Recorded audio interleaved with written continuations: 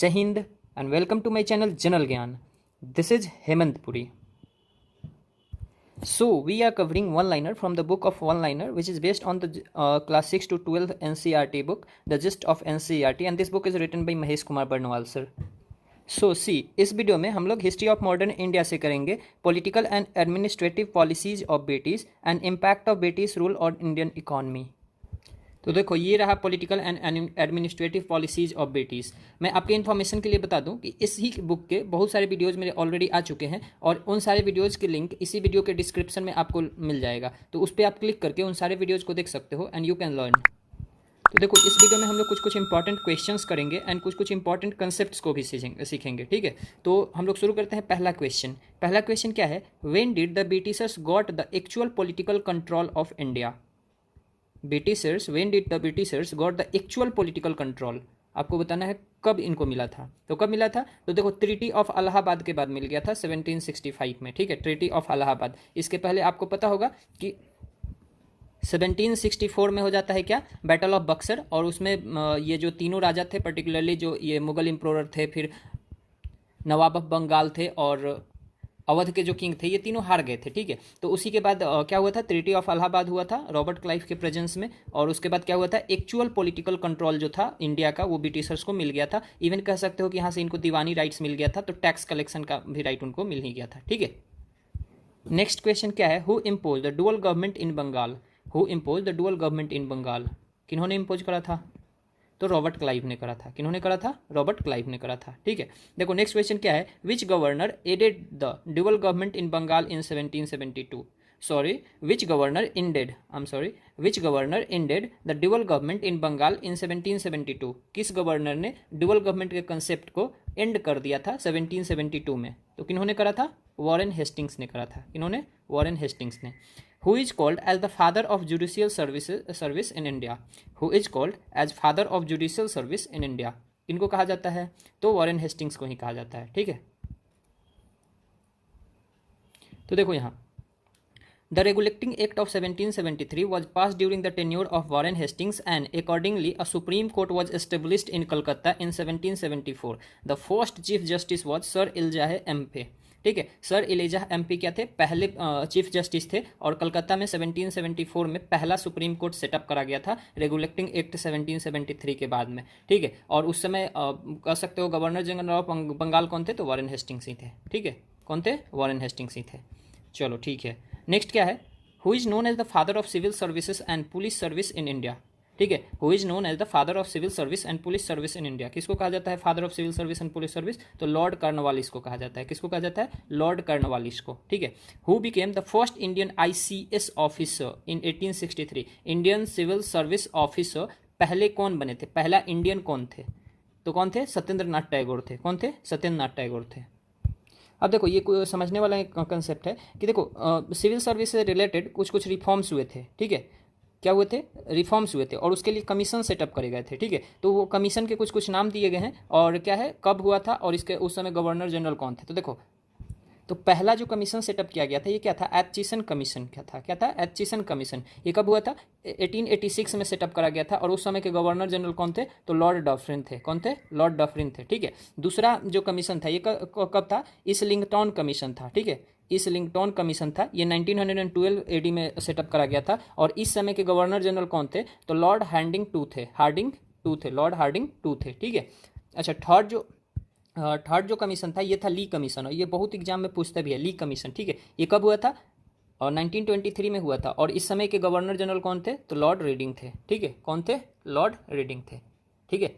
Question हम लोग देख लेते हैं, according to the recommendations of which commission was the federal public services established by the government of India act 1935। आपको बताना है कि किसके रिकमेंडेशन, किस कमीशन के रिकमेंडेशन के बाद फेडरल पब्लिक सर्विस को एस्टेब्लिश कर दिया गया था गवर्नमेंट ऑफ इंडिया एक्ट 1935 के थ्रू।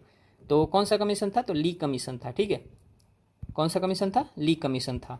देखो नेक्स्ट क्वेश्चन क्या है, who started the permanent settlement system to improve land. किन्होंने परमानेंट सेटलमेंट सिस्टम एस्टेब्लिश करा था लैंड को इम्प्रूव करने के लिए, तो किन्होंने करा था, तो लॉर्ड कर्नवालिस नहीं करे थे, ठीक है। चलो नेक्स्ट क्या है कि who started the policy of subsidiary alliance with an expansionist approach. Sorry expansionist approach, ठीक है, एक्सपेंशनिस्ट अप्रोच के व्यू से किन्होंने पॉलिसी ऑफ सब्सिडियरी अलायंस बनाया था? तो कौन थे? लॉर्ड वेलेस्ली थे। कौन थे? लॉर्ड वेलेस्ली थे, ठीक है। देखो नेक्स्ट क्वेश्चन क्या है, who was the first state to accept subsidiary alliance? पहला स्टेट कौन था जिन्होंने क्या किया था? सब्सिडियरी अलायंस को एक्सेप्ट कर लिया था। तो ये कौन थे? तो ये हैदराबाद था, ठीक है। कौन था? हैदराबाद। 1798 में इन्होंने एक्सेप्ट कर लिया था सब्सिडियरी अलायंस को। नेक्स्ट क्या है, who started the policy of doctrine of lapse? ठीक है, डॉक्ट्राइन ऑफ लैप्स की पॉलिसी किन्होंने स्टार्ट करी थी? तो लॉर्ड डलहौजी ने करी थी। किन्होंने करी थी? लॉर्ड डलहौजी ने। नेक्स्ट क्वेश्चन क्या है, on the basis of which report was Awadh annexed? किस रिपोर्ट के बेस पे अवध को एनेक्स कर लिया गया था? तो कौन था? आउटरम रिपोर्ट था। क्या था? आउटरम रिपोर्ट था, ठीक है। चलो हम लोग नेक्स्ट कर लेते हैं।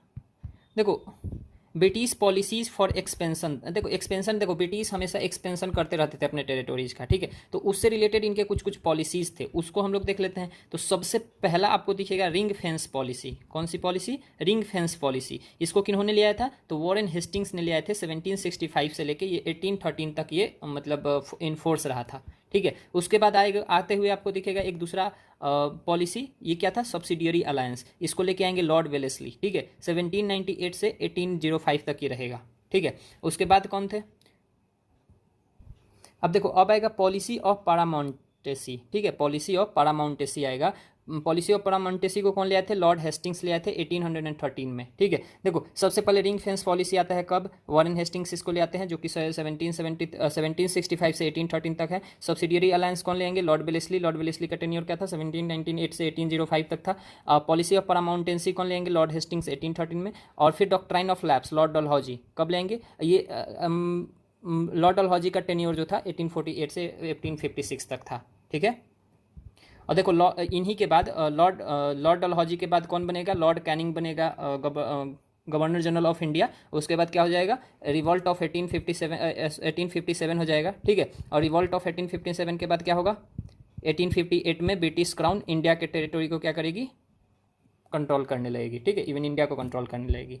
तो यहाँ से आप देख सकते हो। अब देखो provinces annexed under the doctrine of lapse, ठीक है। कौन कौन से ऐसे प्रोविंसेस थे जो एनेक्स किए गए थे डॉक्ट्राइन ऑफ लैप्स के? तो देखो सबसे पहला प्रोविंस कौन था?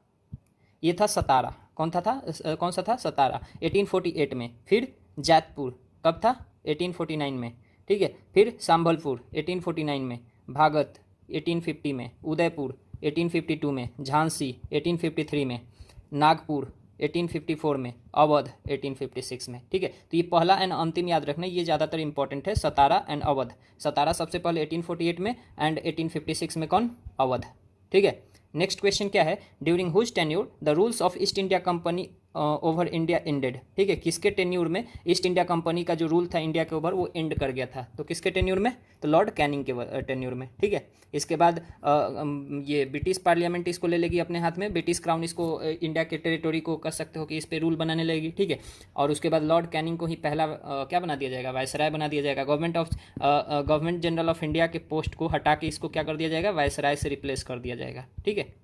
चलो नेक्स्ट क्वेश्चन क्या है, during whose tenure Indian penal code was formulated in 1861, ठीक है। इंडियन पीनल कोड 1861 में क्या हुआ था? फॉर्मुलेट हुआ था। तो किसके टेन्योर में? तो किसके टेन्योर में हुआ था? तो लॉर्ड कैनिंग के ही टेन्योर में, ठीक है। और देखो यही इंडियन पीनल कोड आज तक चलता है, ठीक है। अभी भी आप इंडियन पीनल कोड देखोगे तो इंडियन आईपीसी 1861 लिखा रहता है, ठीक है। आईपीसी 1861, ठीक है। चलो नेक्स्ट क्या है, which famine commission was constituted in the tenure of lord Lytton, ठीक है। लॉर्ड लिट्टन के टेन्योर में कौन सा फेमाइन कमीशन कॉन्स्टिट्यूट करा गया था? तो कौन सा था?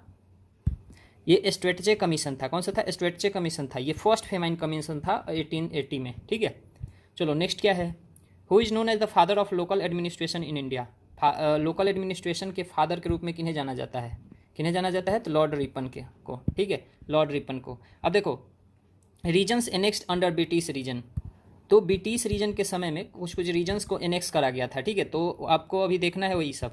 तो सबसे पहले किसको करा गया था? नेपाल को। किसको? नेपाल को। कब किया गया था? 1860 में। इस समय के गवर्नर जनरल कौन थे? तो लॉर्ड हेस्टिंग्स थे, ठीक है। फिर सिंधी को करा गया था 1843 में, लॉर्ड इलेनवोर्थ थे। कौन थे? लॉर्ड इलेनवोर्थ थे। फिर भूटान को करा गया था 1865 में, लॉर्ड लॉरेंस थे। बर्मा को 1885 में लॉर्ड डफरिन थे उस समय, ठीक है। तो ये सब इतना हो गया। फिर देखो Punjab was annexed into the British empire in 1849 and Lord Dalhousie was the governor general of India उस समय के। ठीक है, पंजाब को कब एनेक्स किया गया था? 1849 में, और उस समय के गवर्नर जनरल ऑफ इंडिया कौन थे? तो लॉर्ड डलहौजी थे। तो देखो इसमें इतना ही था। अब हम लोग दूसरा चैप्टर जो था वो कर लेते हैं, impact of British rule on Indian economy. ठीक है, इंडियन इकॉनमी के ऊपर ब्रिटिश रूल का क्या इम्पैक्ट पड़ा था उसको अभी हम लोग देख लेते हैं। ठीक है, तो इससे भी बहुत इंपॉर्टेंट क्वेश्चंस आते हैं, तो इसको आप ध्यान से देखना। Who propounded the drain of wealth theory? Drain of wealth theory को किन्होंने प्रोपाउंड करा था? तो किन्होंने करा था? दादा भाई नौरोजी ने। किन्होंने करा था? दादा भाई नौरोजी ने। ठीक है, चलो नेक्स्ट क्या है?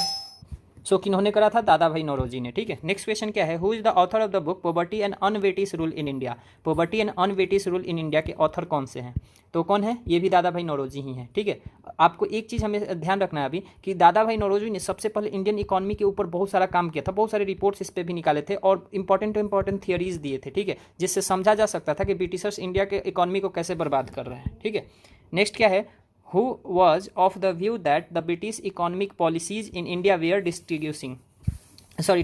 ठीक है, who was of the view that British economic policies in India were disgusting?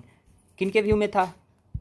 तो ये कौन थे? कार्ल मार्क्स थे। ठीक है, कार्ल मार्क्स के नज़रों में ये ब्रिटिश इकोनॉमिक पॉलिसी जो थे ये बड़ी थी डिस्गस्टिंग था। ठीक है, मतलब आउट ऑफ समझने से बाहर था।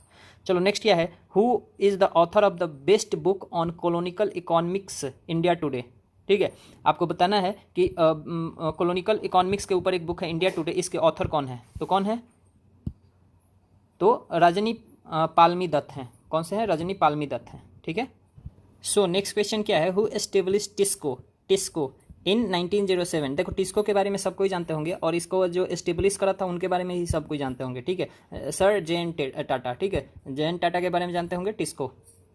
चलो नेक्स्ट क्या है? Who establish all India spinners association for the development of small industries? ठीक है, ऑल इंडिया स्पिनर्स एसोसिएशन का एस्टेब्लिशमेंट किन्होंने करा था? तो महात्मा गांधी जी ने करा था। ठीक है, 1925 में।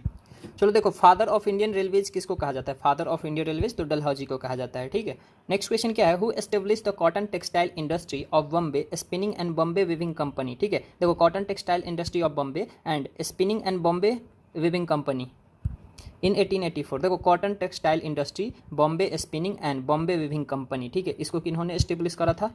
तो किन्होंने कहा था? कावासजी दबर ने करा था। किन्होंने करा था? कावासजी दबर ने करा था। ठीक है, नेक्स्ट क्या है?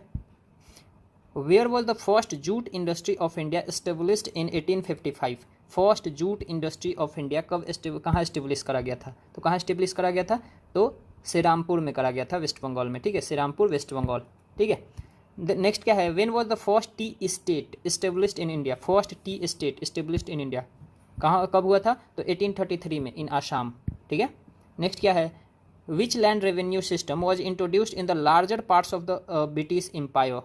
Which land revenue system was introduce in the larger part of British empire system? तो कौन सा रेवेन्यू सिस्टम था? तो ये रोएटवारी सिस्टम था। कौन सा था? रोएटवारी सिस्टम था। ठीक है, principal of permanent settlement is related to? Permanent settlement का प्रिंसिपल किससे रिलेटेड है? तो ये भी लैंड रेवेन्यू से है। किससे है? लैंड रेवेन्यू से है।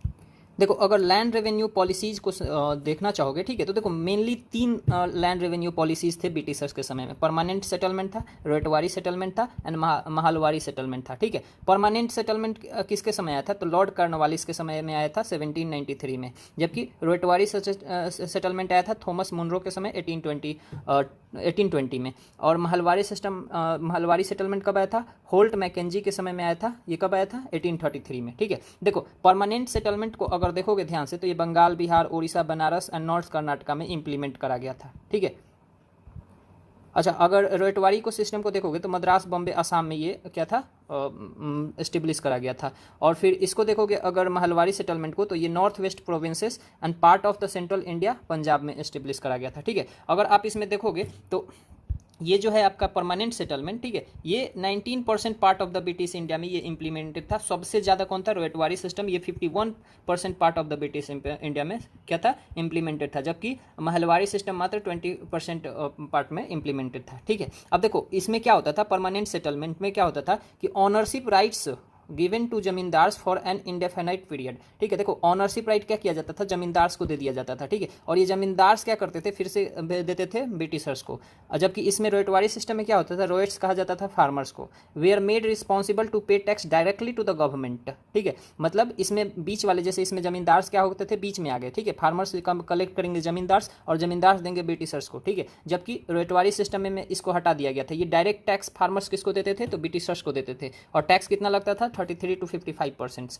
ठीक है, जबकि देखो महलवारी सिस्टम में क्या करा गया था, महल बना दिया गया था। महल का कहने का सेंस क्या, कि जैसे देखो ये मान लो कि इधर बहुत सा एक मान लो बड़ा सा गांव है। ठीक है, तो इस गांव में क्या किया जाएगा, एक बड़ा सा मान लो किसी को हेडमैन बना दिया जाएगा। ठीक है, अब ये सब कोई इसके पास कलेक्ट करेंगे, एक ब्रिटिशर्स आएगा, इससे लेके चला जाएगा। ठीक है, समझ में ना। तो पर्टिकुलरली यही था महलवारी सिस्टम में। तो देखो heads of the village were obliged to pay to the government. ठीक है, मतलब हेड्स ऑफ विलेज जो भी हुआ करते थे, यहाँ जो भी एक हेड हुआ करते थे, इनसे डायरेक्ट कौन लेता था, ब्रिटिशर्स लेते थे। और टैक्स कितना लगता था, 60%। ठीक है, तो अगर आप देखोगे तो सबसे बढ़िया कौन सा था, रोयटवारी सिस्टम था।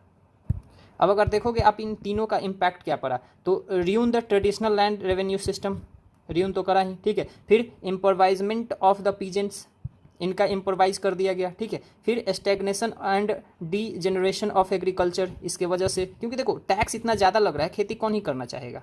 ठीक है, फिर decline of old zamindars and rise of new landlords. ठीक है, जितने पुराने जमींदार्स होते थे उनको डिक्लाइन होने लगा और ये ब्रिटिशर्स नए नए जमींदार्स या लैंडलॉर्ड अपॉइंट करने लगे। ठीक है, फिर कमर्शियलाइजेशन ऑफ एग्रीकल्चर हो गया। ठीक है, अब देखो इसको अगर आपको याद करना है तो ऐसे याद रख सकते हो, मान लो कि ये इंडिया हुआ। ठीक है, इंडिया हुआ तो आप ये जो ये परमानेंट सेटलमेंट था, ये कहाँ था, बंगाल बिहार उड़ीसा रीजन में था, तो ये रीजन मान सकते हो। ठीक है, और थोड़ा सा कर्नाटका रीजन में भी था। ठीक है, तो यहाँ आ जाओ। फिर आप देख सकते हो रोयटवारी सिस्टम कहाँ था, मद्रास बॉम्बे आसाम में था। ठीक है, तो यहाँ देख सकते हो ये वाला रीजन हो गया। ठीक है, और थोड़ा सा इस रीजन में आ जाओ, आसाम वाले रीजन में। देखो आसाम वाले रीजन को आप अभी ऐसे मत समझो, पूरा आसाम यही हुआ करता था। ठीक है, इधर का जितना 7 सिस्टर्स वगैरह वो भी देख रहे हो। ठीक है, और फिर ये जो महलवारी सिस्टम था, ये कहाँ था, north west provinces, parts of central India and Punjab. ये नॉर्थ वेस्ट प्रोविंसेस जो भी है इधर, ये वाले इधर ये था। तो देख रहे हो अप्रॉक्स पूरे ब्रिटिश इंडिया को इन्होंने कवर कर लिया था।